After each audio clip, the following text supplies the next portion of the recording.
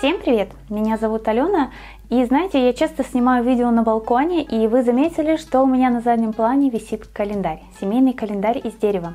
Я его сама на тот момент не делала, очень давно он у меня висит, я его заказывала у ребят со своего города, ссылку на них я тоже оставлю в описании, мало ли, вдруг кто-то захочет себе такой приобрести. Ну а я вам все-таки покажу, как его можно сделать своими руками, возможно, кто-то захочет сделать календарь именно сам.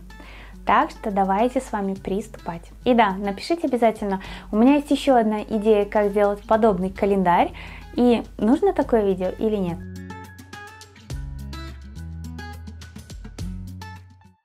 В первую очередь мы отправляемся в строительный магазин. Или, возможно, у вас это какие-то рынки, где продаются совершенно разнообразные дощечки, наличники и черенок для лопаты. Он у меня диаметром 4 сантиметра. Выбрала пока самый маленький, но, как оказалось, для всех моих родственников его оказалось мало.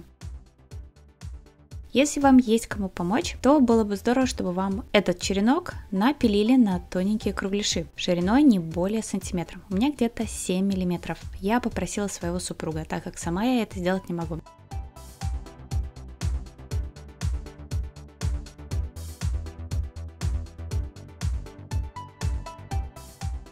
Привез он мне все мои заготовки, что я просила распилить. Так что впереди будут еще мастер-классы деревянных штучек. И первое, что нам нужно, это наши кругляши зачистить.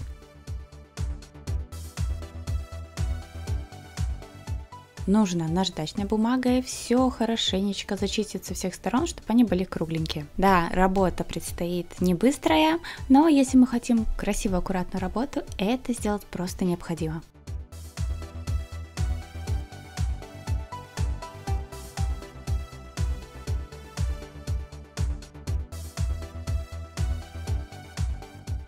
Ну и еще маленький лайфхак от моей мамы. Можно использовать пробки из-под бутылок молока. Диаметром они тоже 4 сантиметра. Возможно, кому-нибудь пригодится такая идея.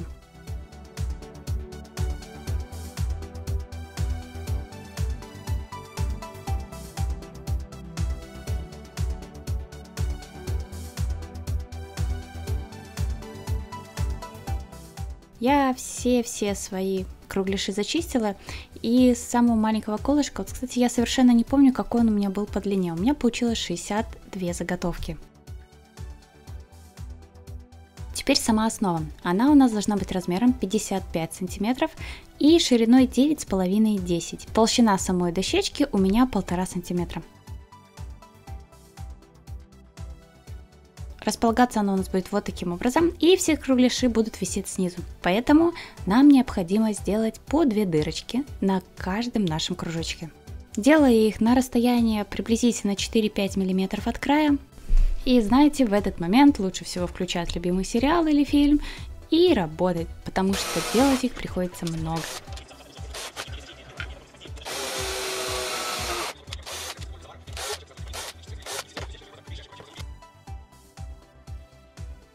Вот так у меня получилось, теперь я буду красить. Красить я буду все белым цветом. И знаете, использую самую простую водоэмульсионную краску, она также подходит и для дерева. Цвет можно выбрать совершенно любой, можно просто покрыть морилкой. Я же буду делать белого цвета. Окрашиваю свои кругляши с 2 сторон.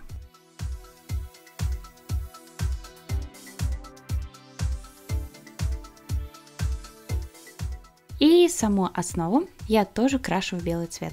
И знаете, потом я подумала, что все-таки можно было именно оставить в таком варианте, в идеально белом цвете. Но я решила зачистить и проявить немного цвет дерева.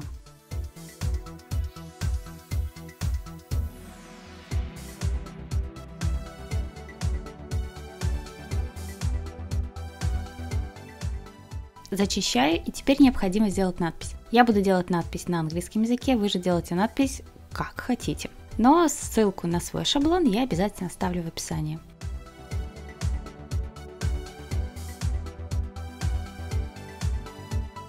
Распечатала и теперь вырезаю трафарет самостоятельно. Рисовать от руки мне не вариант, потому что я хочу, чтобы мои буквы были как будто бы напечатанные. И края были не совсем ровные. Располагаю свою надпись посередине, закрепляю малярным скотчем и буду красить. Используйте совершенно любые акриловые краски.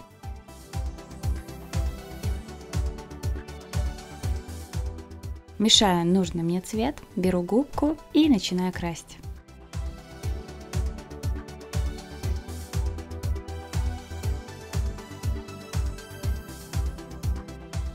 Сначала я сделала зеленый цвет и затем добавила еще немного бирюзы для того, чтобы сделать немножко другой оттенок, и заполнила в некоторых местах. Таким образом у нас получилась двухцветная, так сказать, печать.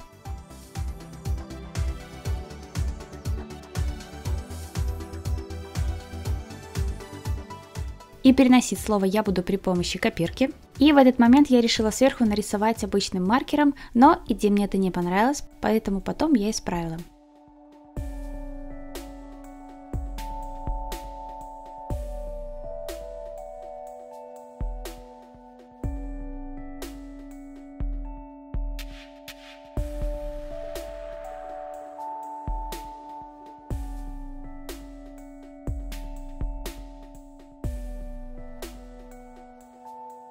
Для того, чтобы закрепить наши кругляши снизу, надо сделать еще и дырочки. У нас их получается 12 штук, и они у меня на расстоянии приблизительно 4-4,5 сантиметра.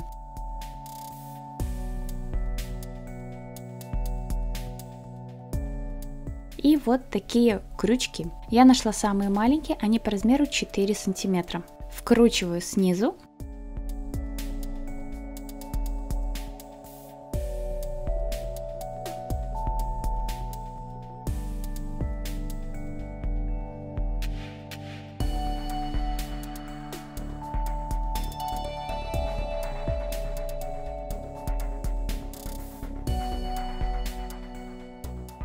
После чего карандашом я напечатаю месяца, которые должны быть над каждым этим крючком. И обвожу уже все черной акриловой краской. Как я говорила, свою надпись, которую я нарисовала маркером, я ее поверху обвела красками, потому что маркер все-таки немножко потек. При желании свою надпись можно делать совершенно любую, можно также использовать вариант с распечатанными салфетками, сделать рисунки, тут уже фантазировать можно сколько угодно.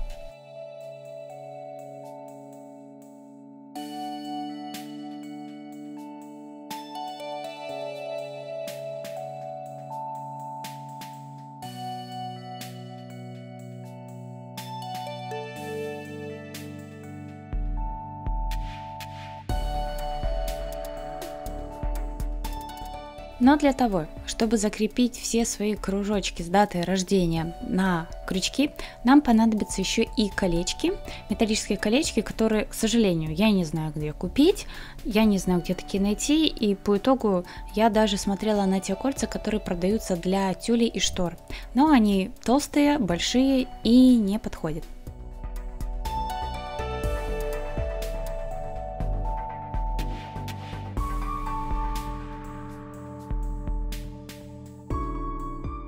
Поэтому я вам покажу вариант, который можно сделать самому, но использовать нужно мягкую проволоку. У меня, к сожалению, такой нету, поэтому буду показывать на той, что есть.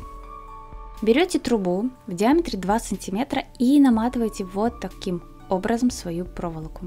После чего вы ее снимаете и разрезаете свою проволоку таким образом, чтобы получались колечки. У меня это не получилось, слишком слабые у меня кусачки и слишком слабые у меня руки, чтобы раскусить эту проволоку, она какая-то слишком жесткая.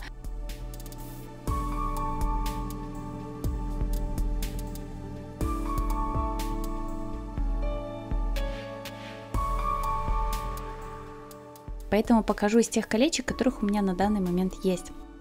Для того, чтобы собрать календарь, вы будете писать на каждом кружочке дату рождения родного вам человека. После чего одевайте колечко и вешайте в том месте, где написан месяц даты рождения вашего близкого человека. И все. Не забудьте сверху приклеить шнурочек для подвешивания. Кстати, на шнурочке намного проще контролировать вес вашего календаря. Для меня это оказался самым удобным календарем.